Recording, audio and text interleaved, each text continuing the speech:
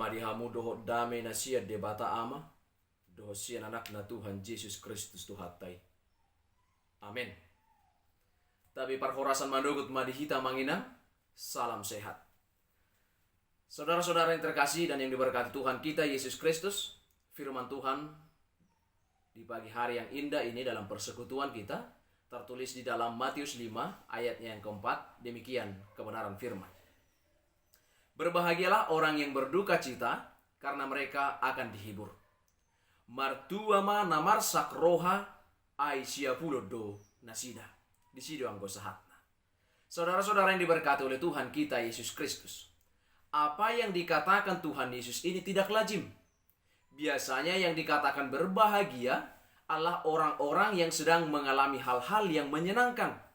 Misalnya berulang tahun, baru menikah, melahirkan anak yang sehat, naik jabatan, dan sebagainya. Tetapi ia justru mengatakan bahwa orang yang berduka cita itulah yang berbahagia. Mengapa? Karena mereka akan dihibur. Matius 5 ayat yang keempat B. Yang namanya berduka cita pasti sangat berbeda dengan berbahagia. Duka cita adalah lawan dari kebahagiaan. Lalu, apakah firman yang ditulis itu salah?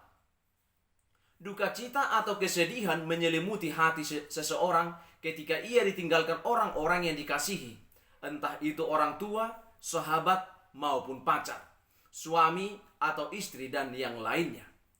Duka cita yang kita rasakan seolah-olah tak terobati meskipun terus dihibur oleh banyak orang. Lalu duka cita yang bagaimana yang dimaksud di dalam nas di ayat di atas?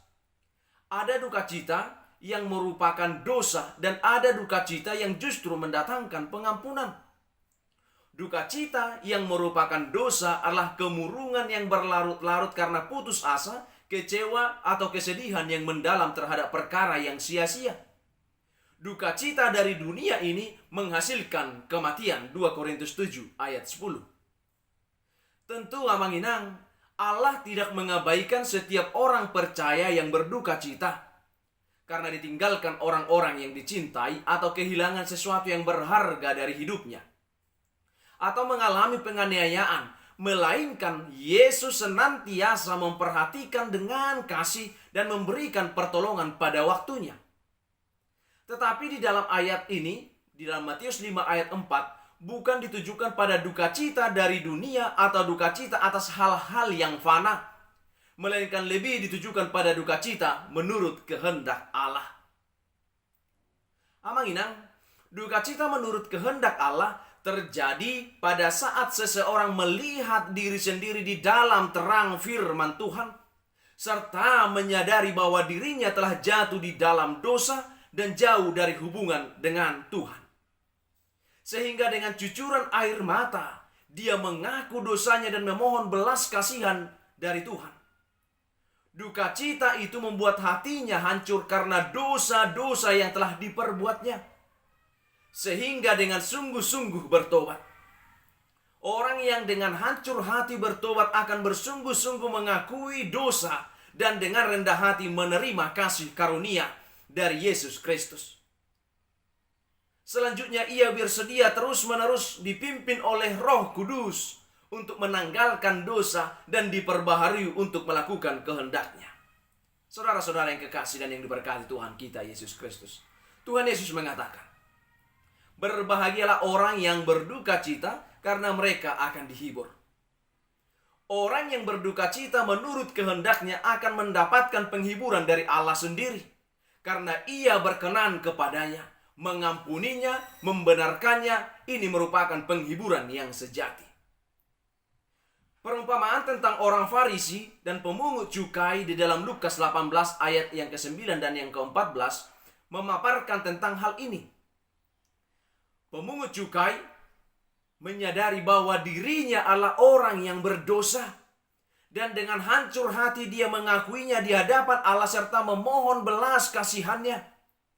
Dikatakan dalam ayat 13 di dalam Lukas 18.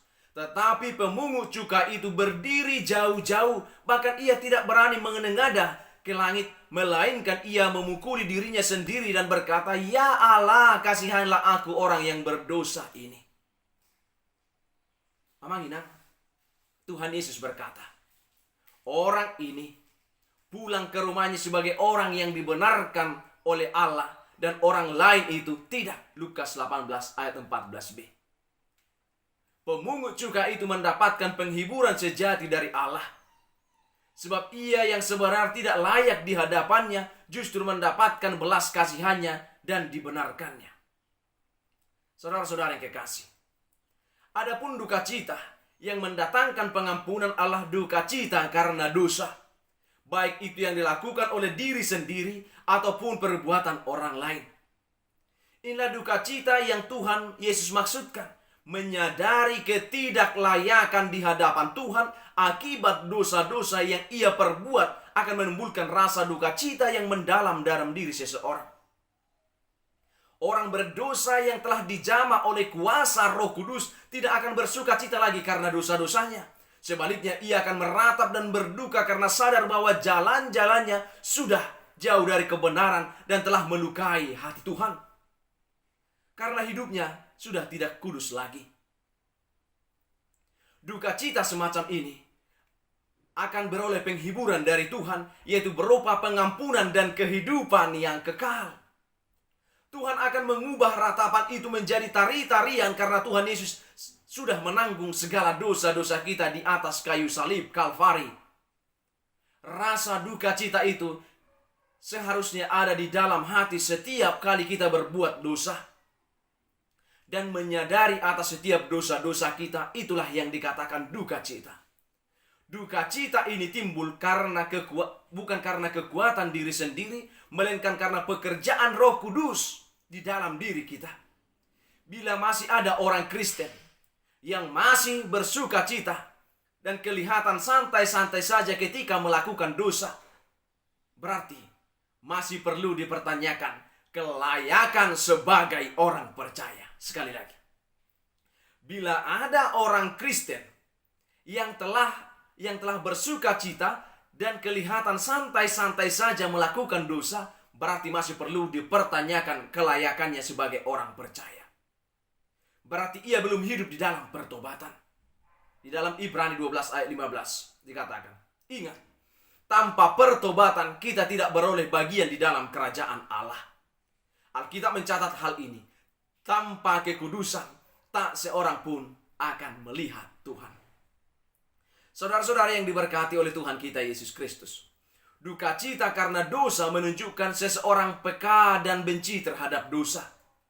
Jika ia tidak meresponi panggilan Tuhan untuk melepaskan segala ikatan-ikatan dunia dan dosa yang membelenggu tersebut, maka ia terus-menerus akan menuju kebinasaan dengan segala gemerlapan dunia yang menipu ini. 1 Timotius 6 ayat 9 berkata, tetapi mereka yang ingin kaya terjatuh ke dalam pencobaan, ke dalam jerat, dan ke dalam berbagai-bagai nafsu yang hampa dan yang mencelakakan, yang menenggelamkan manusia ke dalam keruntuhan dan kebinasaan. Saudaraku yang kekasih, dunia hanya mengenal duka cita karena peristiwa yang menyedihkan di dalam hidup manusia secara lahiriah. Tetapi berbeda dengan pengajaran Tuhan Yesus bahwa kedukaan yang seharusnya menjadi kedukaan dalam hidup orang percayalah kedukaan karena ia masih terikat dengan percintaan akan dunia serta nafsu-nafsu rendah di dalam dagingnya. Inilah merupakan sikap yang harus menjadi duka cita kita karena belum bisa dari beranjak untuk meninggalkan cara hidup kita yang lama yang penuh dengan kesia-siaan.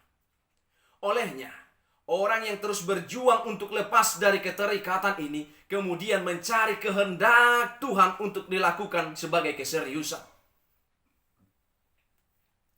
Keseriusan berbalik dari dosa. Maka inilah yang dimaksud oleh Tuhan Yesus dengan ungkapannya bahwa ia akan memberikan penghiburan bagi mereka yang sungguh-sungguh membutuhkan Dia, berani dan rela melepaskan segala miliknya, kemudian berjuang masuk ke dalam perlombaan yang diwajibkan. Orang yang mau meresponi panggilan inilah yang akan mendapatkan penghiburan dari Tuhan.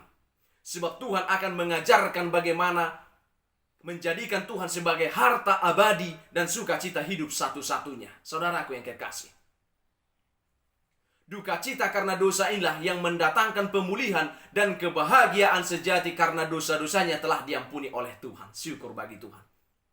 Tuhan akan mengubah ratapan itu menjadi tari-tarian.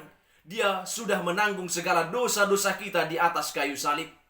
Duka cita ini seharusnya ada di dalam hati setiap kita berbuat dosa dan menyadarinya. Duka cita ini timbul bukan karena kekuatan diri sendiri, melainkan karena pekerjaan Roh Kudus. Amangina dongan nahina holongan. Di dalam Mazmur 34 ayat 13 berkata, Aku yang meratap telah kau ubah menjadi orang yang menari-nari. Kain kabungku telah kau buka, pinggangku kau ikat dengan sukacita, supaya jiwaku menyanyikan mazmur bagimu dan jangan berdiam diri. Tuhan Allahku, untuk selama-lamanya aku mau menyanyikan syukur bagimu. Di sini pemazmur menyaksikan bahwa Allah telah mengubah ratapan menjadi tarian, menjadi kegembiraan karena sukacita.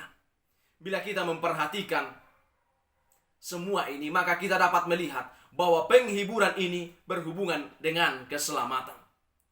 Penghiburan inilah yang membuat kita dimuliakan bersama-sama dengan Tuhan Yesus di dalam kerajaannya, yaitu jika kita mau bersedia ikut mengambil bagian di dalam penderitaannya. Roma 8 ayat 17, mengikut segala rencananya dan kehendaknya menjadi orang-orang kudus dan memuaskan dan menyenangkan hati Tuhan. Saudara yang kekasih, inilah penghiburan yang sejati, di mana dialah yang menghapuskan duka cita kita, menggantikannya dengan sukacita hidup yang kekal selama-lamanya bersama-sama dengan Tuhan Yesus di dalam kerajaan sorga. Amin. Tuhan Yesus memberkati.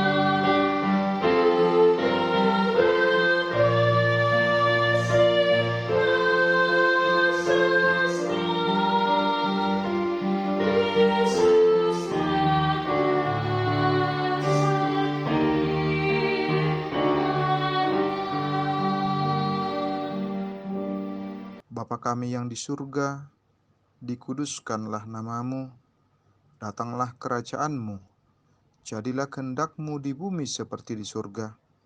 Berikanlah kami pada hari ini makanan kami yang secukupnya, dan ampunilah kami akan kesalahan kami, seperti kami juga telah mengampuni orang yang bersalah kepada kami. Dan janganlah membawa kami ke dalam pencobaan, tapi lepaskanlah kami daripada yang jahat. Karena Engkau yang punya kerajaan, dan kekuasaan, dan kemuliaan sampai selama-lamanya. Amin.